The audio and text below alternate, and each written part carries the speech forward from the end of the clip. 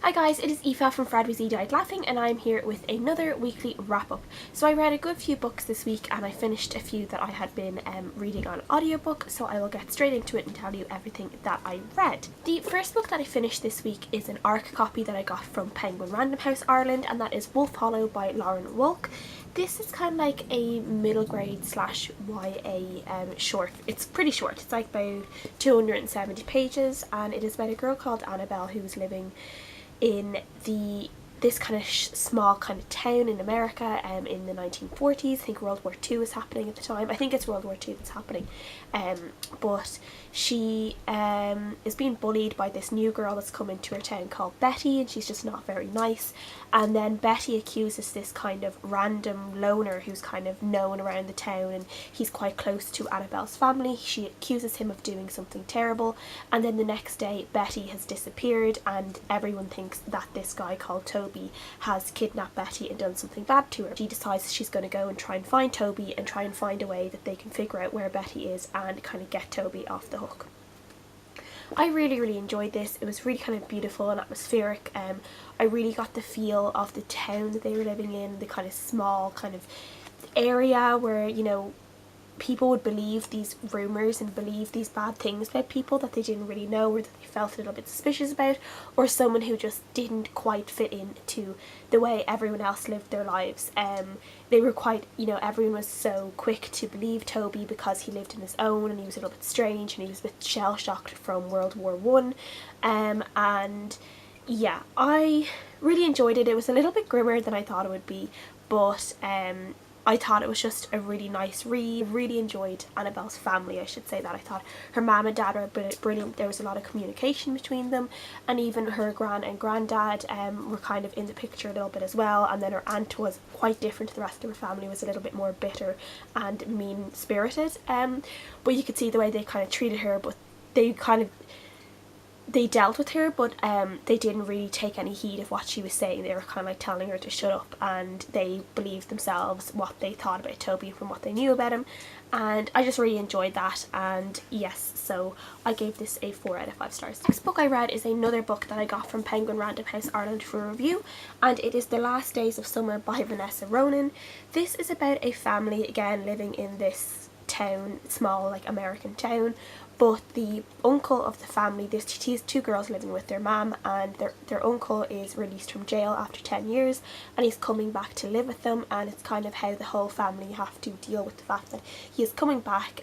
They don't really know him that well. The two girls don't know him that well because they were very young when he was put in jail, and it's them kind of dealing with the fact that they have an uncle, the whole town whispering about them because obviously their uncle was in jail for doing a bad thing, and basically about how they all deal with having him back and acclimatizing to the life with him, and then him acclimatizing to the fact that he's not in jail anymore and he's a free man, and his kind of connection with the girls and with his sister, and how that kind of is after his stint in jail.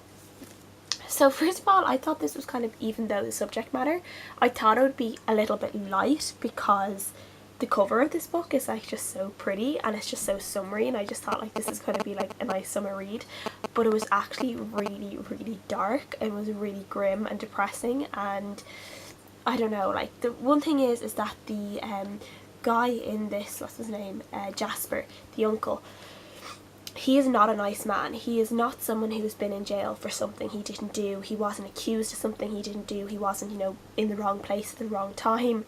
He did a really bad thing, and I'm not going to tell you what it is because you do kind of guess it quite early on in the book just from the way he's talking about things, but he does eventually tell his story and it's just so disturbing. So yeah, like he just kind of creeped me out. He was really creepy at times, especially the way he talked about the girls. He had this kind of, again, if someone is something that I should say is, if someone has triggers about people kind of talking about violence or violence towards women, I don't think I would suggest people to read this book, because now and again Jasper's kind of inner thoughts are so violent towards the women around him. Like even his family, even his sisters and his nieces, he's kind of saying things about them, like calling them little bitches, and just, you know, this, like out of nowhere this burst of anger will come through his thoughts, and at times it's quite frightening, and it just wasn't really nice to read.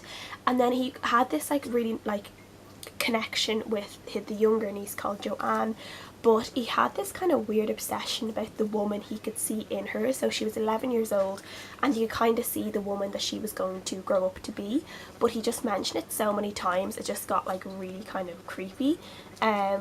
So yeah, so this was like, it was a slow kind of burner book. There wasn't that much happening, it was more just the family dealing with things. There was a very big emphasis on the setting, which is like a prairie like kind of setting, farmland, and there was just a lot of emphasis on the prairie around the house that they lived in, and how it kind of, each character that had their own point of view in this, which was like the sister, the two nieces and the uncle, they all kind of talked at different points about the prairie and kind of what it meant to them and the farm and how they felt about it and stuff like that. So that was actually quite good, but I gave it 3 stars just because it just didn't, like, I wasn't like mad to pick it up every time I put it down. I got through it, but it's not something I would read again, and again it was a little bit too grim for my taste and it was a bit creepy. I finished an audiobook that I've been reading over the past month or so, which was called Bellman and Black by Diane Setterfield. I read The 13th Tale by Diane Setterfield a couple of months ago and I really enjoyed it. So when I saw this on the audiobook section in my library e-services, I decided that I would give it a go. And unfortunately this one didn't quite do it for me the way the 13th Tale did. This story is about a man called William Bellman, and it is about kind of his life and how he just kind of grew up and how slowly over time it seems that everyone around him is dying, and he keeps seeing this weird man at the funeral, and he ends up kind of getting into this weird deal with this man, and it's just kind of following William Bellman's life and how this deal with this man affects him and affects his remaining family and stuff like that. I really enjoyed the first half of this book, which is kind of starting off from when William was young and how he kind of grew up. This is kind of set like early 1900s time, I think. I'm not exactly sure what exactly the year it was set in or the year it started off in, but it was about him growing up in this village and then how his uncle owned the mill and he kind of ended up kind of running the mill and becoming quite a wealthy man, and it's just him meeting his wife and having children and being a father, and he's quite a nice man. He's a man living his life, but he's also a man that tries to do the best he can for other people. And I just kind of enjoyed that. It was like quite easily listening, it was very relaxing and I enjoyed it. And then about halfway through, when kind of the deal happened with this mysterious Mr. Black and things kind of started going a little bit downhill for William, I just completely lost my interest. It just got really, really boring. I did go on holiday for a week, and so I didn't listen to it for about a week, between a week and 2 weeks, and I'm not sure if this is what kind of made me lose my interest. I just wasn't interested at all in picking it back up and listening to the rest of it. I just didn't really care. And eventually I did, because I was like, I want to just finish it off and see what happens, but the ending was nothing remarkable.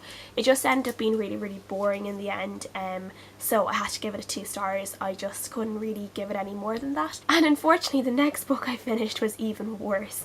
This one is the one I got from NetGalley for review. It's called Stone Seeds by Jo Ely, and I don't even know how to describe this one because it's so weird. It is kind of a weird sci-fi slash dystopian future where there's like this ruling race called the One Folk, and they basically get all the food, they treat everyone else like crap. There's like this leading person called the General, really vague, you know, you don't really hear that much about him, you don't really see this guy, it's just so strange. There is this kind of humanoid person called Antec, called an egg boy, so he grew up in like, he was like a test tube person basically, and he's designed to be a soldier.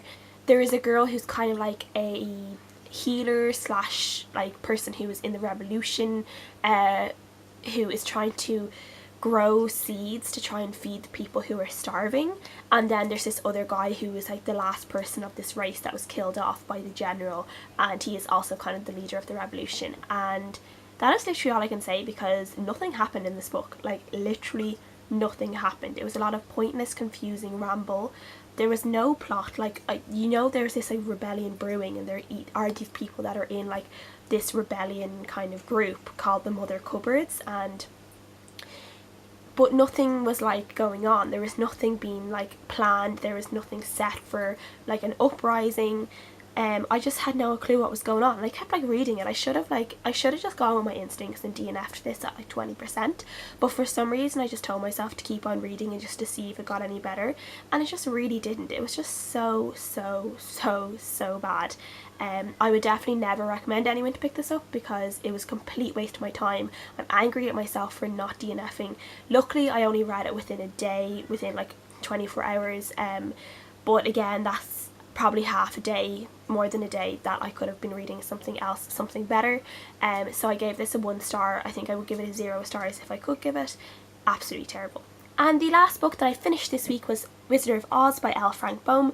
This is obviously The Wizard of Oz. Everyone knows The Wizard of Oz, and I read this in preparation for a tag myself and Bookworm Becca uploaded on Friday, which was the Wizard of Oz book tag, and I will link that somewhere on the screen if you guys haven't checked it out yet, but please do. It's a really great tag.